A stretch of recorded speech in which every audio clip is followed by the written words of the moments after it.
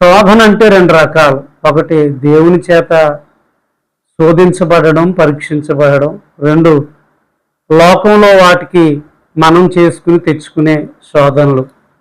అయితే రెండో రకంగా చెప్తా ఉన్నాము. శోధనలు అసలు మనుషులకి ఎలా వస్తాయి, ఎందుకు వస్తాయి అన్నట్టుగా చూస్తే గనక బైబిల్ గ్రంథంలో చెప్పబడుతుంది.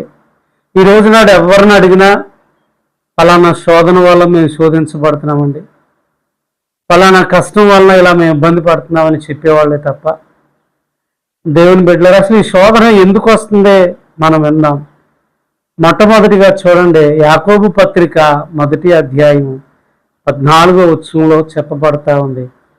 దురాశ చేత శోధన వస్తుందంటండి. మనుషులకి ఆశ ఉండాలి కానీ దురాశ అనేది ఉండకూడదండి. దురా ప్లస్ ఆశ. ఆశ అంటే కోరికలు. చూడండి, పెద్దలు అంటారు దురాశ దుఃఖానికి చేటు అని అంటూ ఉంటారండి.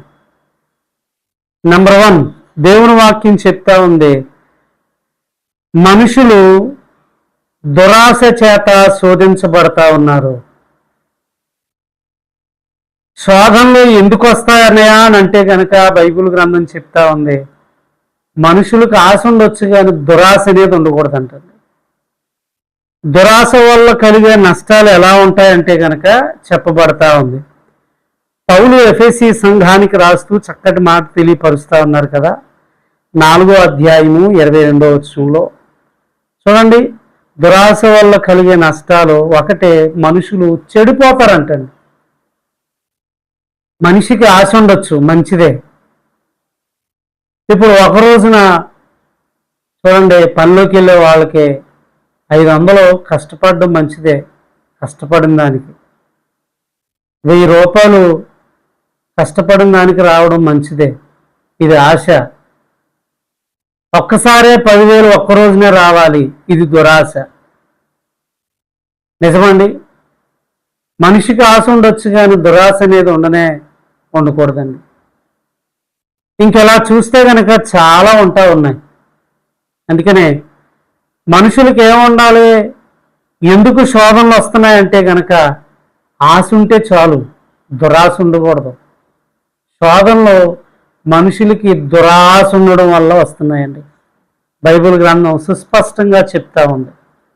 అందుకనే దేవుని పిల్లలారా, దేవుని వాక్యం చెప్తా ఉంది, ఆశ ఉంటే పర్వాలేదు, దురాశ ఉండకూడదు. దురాశ ఒకవేళ మనిషిలో ఉంటే గనక నెంబర్ 1 వాళ్ళు చెడిపోతారు.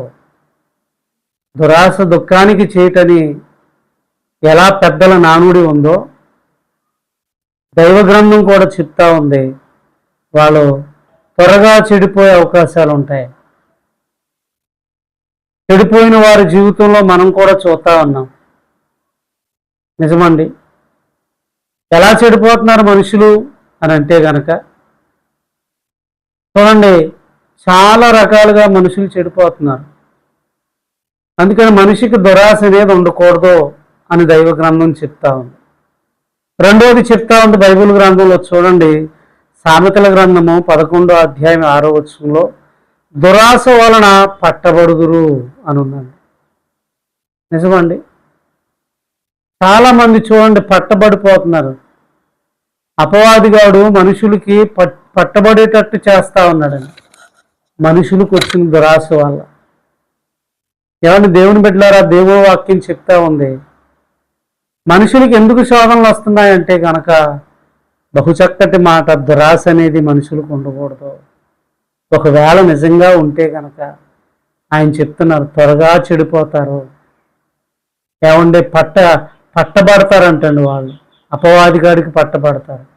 దొంగతనం చేస్తూ మనుషులకు ఎలా పట్టబడిపోతున్నారో, నిజమండి, అన్యాయమైన పట్టుకెళ్ళి ఎలా పట్టబడిపోతున్నారో అలాగ మనుషులు అపవాదిగాడికి పట్టబడతారంట.